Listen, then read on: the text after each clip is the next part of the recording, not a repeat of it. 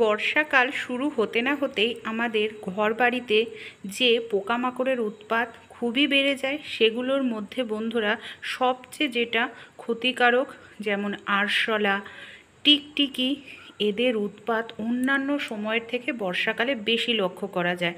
কারণ অন্যান্য জায়গায় বর্ষাকালে বৃষ্টি হতে থাকে, জল জমে বাইরে, এমনকি ইঁদুরের উৎপাতও এই সময় ঘরে বেশি লক্ষ্য করা যায়। আর এদের যে পটি, সেটা আমাদের স্বাস্থ্যের জন্য ভীষণ ক্ষতিকর। নানা রকম রাসায়নিক জিনিস ব্যবহার করে এদের তাড়ানো যেতে পারে, কিন্তু রাসায়নিক জিনিস ব্যবহার করলেও আমাদের শরীরের ক্ষতি হয়। তাই ঘরোয়া উপায় অ্যাপ্লাই করলেই আমরা খুব সহজেই ইঁদুরের মতো প্রাণী, এমনকি আরশোলা, টিকটিকির মতো প্রাণীর থেকেও রেহাই পেতে পারি। কিভাবে, চলুন তাহলে দেখে নিই। এখানে যে জিনিসটা আমি নিয়ে নিয়েছি সেটা হলো বন্ধুরা জিরা। জিরা এমন একটি মশলা যেটা মানুষের স্বাস্থ্যের জন্য যেরকম ভীষণ উপকারী, এর গন্ধটা ভীষণ স্ট্রং, এমনকি আরশোলা, টিকটিকি তাড়াতে ভীষণ সাহায্য করে এই জিরা এর গন্ধর কারণে।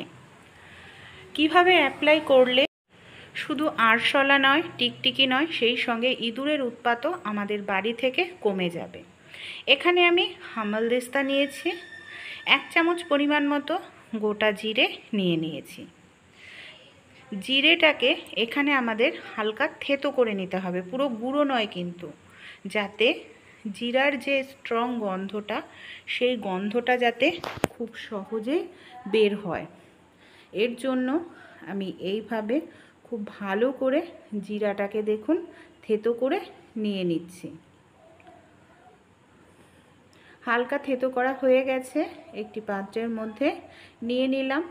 এখানে আপনারা মিশ্রণটা বেশি তৈরি করলে সব উপকরণই কিন্তু বেশি পরিমাণে দিতে হবে।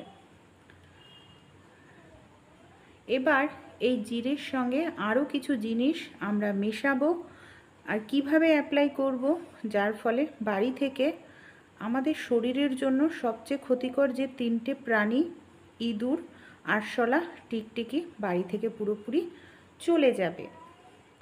এখানে আমি 1 চামচ পরিমাণ মতো সাদা কালারের টুথপেস্ট নিয়ে নিয়েছি, মানে কোলগেট নিয়ে নিয়েছি।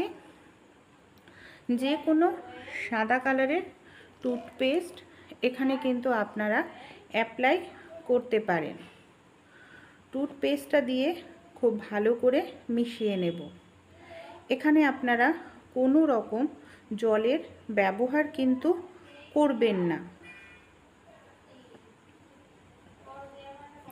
এখানে জল ছাড়াই দেখুন টুথপেস্টটা দিয়ে খুব ভালো করে এইভাবে আমি মিশিয়ে নিলাম।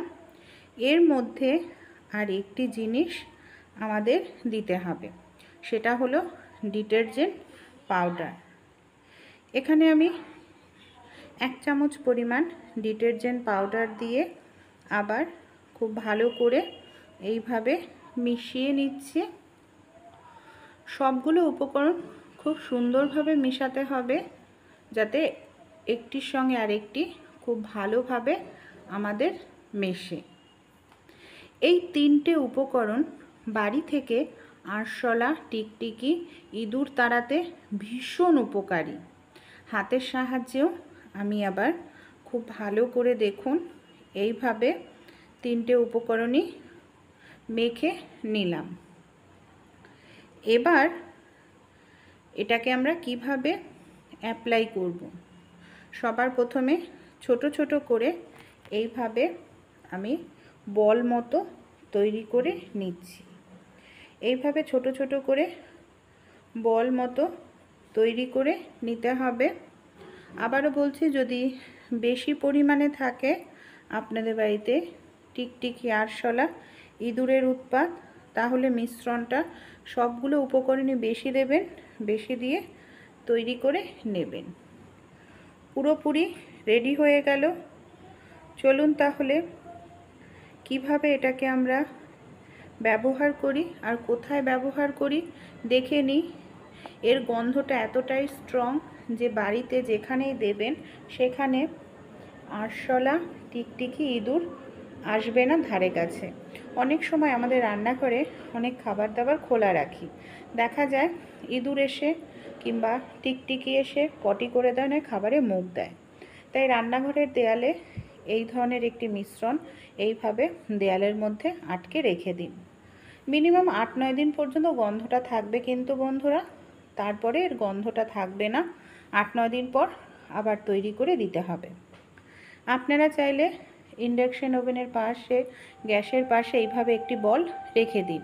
এর গন্ধের কারণে এই সব জায়গায় রান্নাঘরে আরশোলাও, টিকটিকি, ইঁদুরের উৎপাত হবে না। যেখানে আমরা সবজি টবজি রাখি দেখা যায় সেই সব জায়গাতেও হয়, কিংবা আমাদের বাড়িতে যে বাস্কেট আছে তার মধ্যে দেখা যায় ইঁদুর বাসা করে, আরশোলা ঢুকে থাকে, সেখানেও দিয়ে রাখুন। এমন অনেক ফার্নিচার থাকে যার তলায় অনেক সময় আরশোলারা বাসা তৈরি করে, সেখানেও দিয়ে দেবেন। অনেক সময় সুইচ বোর্ডে ছোট ছোট আরশোলা ঢুকে যায়, সুইচ বোর্ড নষ্ট করে দেয়, সেখানেও দিয়ে দিন। দেখবেন এর গন্ধের কারণে আরশোলা, টিকটিকি, এমনকি ইঁদুরের উৎপাত খুব সহজেই চলে যাবে। ইঁদুর যদি খায় আর ইঁদুরের যদি বাড়িতে উৎপাত হয়, এরকম বল বানিয়ে ইঁদুর যেখানে যাতায়াত করে সেই জায়গায় দিয়ে রাখুন। একবার ইঁদুর খেলে ইঁদুরের শরীরে অস্থির ভাব দেখা দেবে, ইঁদুর সঙ্গে সঙ্গে সেখান থেকে